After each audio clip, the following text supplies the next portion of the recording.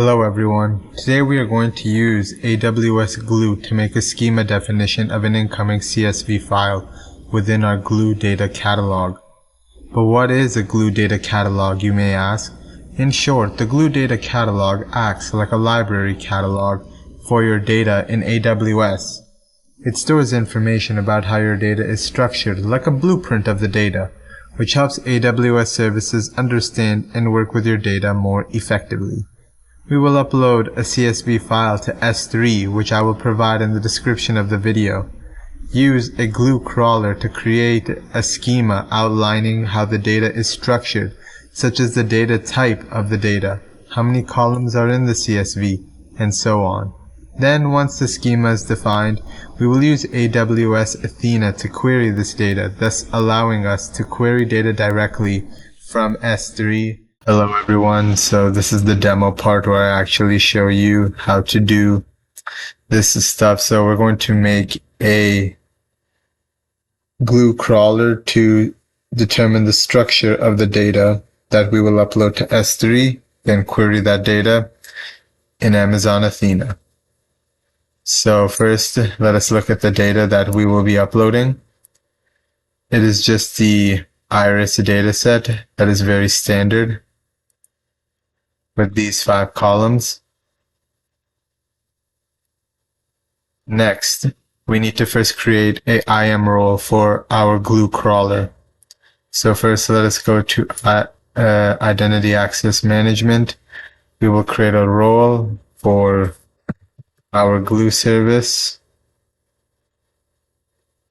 The permission that we will give it is, we will give it the AWS Glue service role. If you expand this and inspect the JSON, you will notice a key detail that this only gives us access to buckets that are prefixed with this AWS-Glue-. So make sure that whatever folder, whatever data source you point your Glue crawler to, whatever S3 bucket you point your crawler to, it is prefixed like this. So keep that in mind, and you can explore the rest of this permission if you like. You can see that these are some of the actions we are allowed, and there's a lot more details here. This policy will be more than enough for our purpose. We'll just call this default Glue role. Create this role. Next, let's go to S3. Simple scaling storage. We will create a bucket. Remember guys, we must prefix it with AWS-Glue.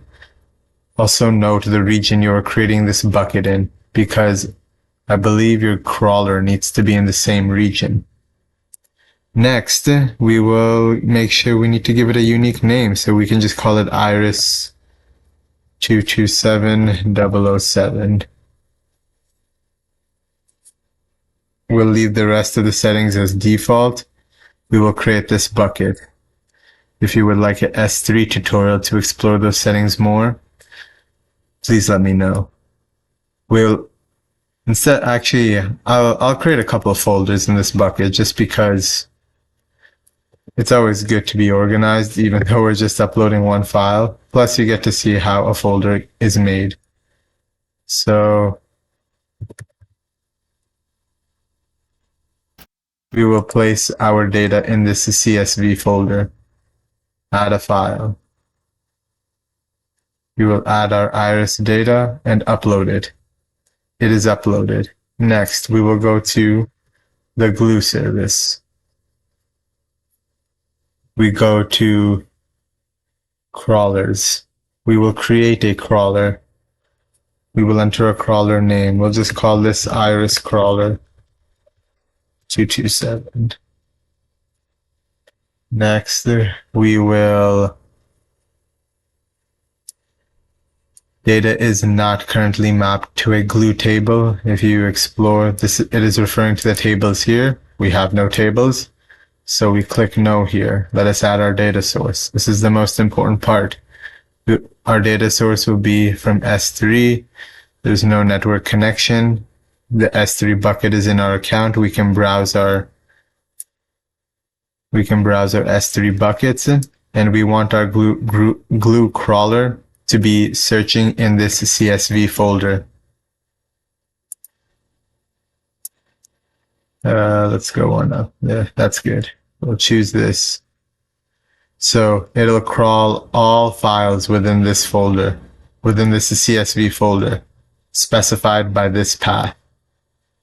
Crawl all subfolders. So that we will leave this option checked.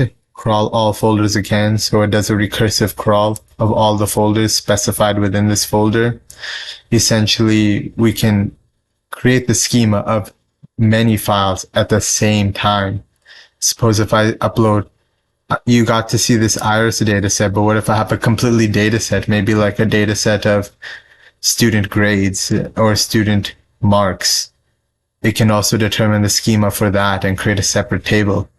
So you can specify how the crawler can crawl your folder and perhaps update the schema as you need with these options. We will add this data source. Click next. Now we must choose the IAM role we created earlier, the default glue role. You also could have made it here if you wished, but I made it earlier. We'll leave everything else as default. Click next. Target database. We need to create a database for the schema to actually be held. You might hear people call this a metadata store. And remember, guys, metadata is just a description of the data. It's a data about the data. It's the blueprint of your data. It's the structure. It's the frame to a building. It's the blueprint to a building, not even the frame. It's the blueprint. So we're going to create a database. We'll just call our database Iris DB. Created. Follow the rules. Refresh this. Select Iris DB. Next, we can opt to have a table name prefix for any tables created by this crawler. We can choose to have a prefix iris underscore. All tables now made by this crawler will start with iris underscore. Next, if we want to put a limit on how many tables our crawler creates when it's creating the schemas, we can specify that. We're just looking at one file. Oh, and we can also have it on a schedule. So we're going to select on demand, which basically means you go when I tell you to go. We'll create this crawler. That'll take some moments to make. Oh no, it's already made. One crawler created. Now we will run this crawler. That crawler might take a minute to run. In the meantime, I'll open up the Glue catalog. The Athena service. So now we're in Amazon Athena. So all this is just a serverless SQL Server serverless query editor, which basically means servers are running. You don't need to set up all that server infrastructure in order to get the benefit of using the querying program, whatever that is. They offer two options. You can analyze data using PySpark. So basically spin up serverless clusters to run your Spark loads to explore your S3 data in Athena, or we can use Trino SQL. We're going to go with the Trino option which allows us to write SQL queries to query our data once this finishes. I guess I'll just cut back to when this gets finished. Okay. Oh, wow. It just completed a minute later. Okay. So that's great. Now, critical information, you see one table change. Now I think a lot of you guys will, if you didn't understand what we're doing, you'll understand now what this crawler did. We can go to databases. Now we see a table has been created with the iris underscore as we specified. All tables will be prefixed with iris underscore. Now you'll see what the crawler did. You see, it looked at our CSV file and it basically picked up details on how this data is probably going to come in every time this data comes in. It figured out the pattern to our CSV. So it's a CSV, and it figured out, hey, there's a column named sepal length and sepal width. Oh, what's the data type of this column? It's a double. And it figured it out that it's a double and a double. And it figured out there's a third and fourth and fifth column. And what is this data type? So that's all it did, guys. It figured out the schema of the data, and you can do more complex things such as partitioning, indexing, column statistics. But this is the big picture idea, guys. All the crawler did was figure out the structure of our data. So now that we have the structure of this data in S3, we can go into Amazon Athena and query this data directly from S3 which is really good if you need to do some quick ad hoc querying. You probably won't be seeing that. That's from when I was doing it myself. So before you can perform any queries, in order to avoid any errors, you need to go into settings and you need to actually set a query result location. This won't be there for you. This is going to be empty like this, but we're going to set a query result location together right now. So see, this bucket, I deleted it. It was originally there. So we need to specify a location for the query result. You see, every time we query it, it outputs the result and it stores it as a file. And we need to specify the destination of this file. So we need to create a new bucket that will serve as our query destination bucket for our queries in Athena. So we'll just call this Athena results, and it needs to be unique for you. We will click create bucket. We cannot have uppercases. Create this bucket. Now we will specify this bucket. Athena results. Excellent. So these are extra settings that can specify the privileges. We're not going to touch them now. So now our queries our query results will be outputted into here. So you're going to see how that looks. So we can just specify all of the data source, the database, and the table. It's already filled it out for us as there was only one table there. Next, you can expand this, see your columns, and you can preview the table and run this query as you wish. So you can see we query the data very similar to how you query data within SQL Server or MySQL, if you guys are familiar with that. You guys can create as creative queries as you want, and you can do anything you wish.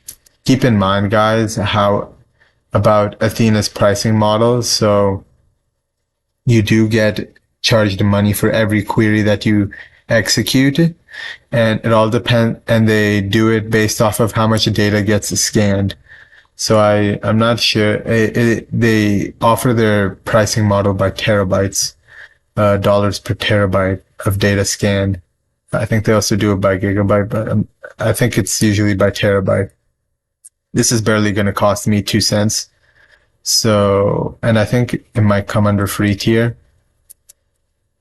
Now let's explore more about this. So we created this, we ran it. Now we'll go into our S3 bucket and we'll see something. We'll see we never created this folder or this folder, but you'll see that our query results got put here, with metadata included. And if you were to download this CSV, open it, and let's see if we can see it here. we can. So I'll download this file, and you'll see it'll contain our results set. You see our 10 rows of results that we queried in Amazon Athena is stored here. So you can see our 10 rows of data is stored here. So you guys can explore that further. And another thing to note is you can also see the query statistics, and this allows you to also keep track of and perhaps project how much money you're going to spend if you use Athena on a regular basis. As I mentioned, this charges money every time you query. So to summarize, we uploaded a file to S3, created a Glue crawler to create a new table within our Glue catalog, and then we queried that data directly from S3 using Amazon Athena. I hope you learned something. Thank you.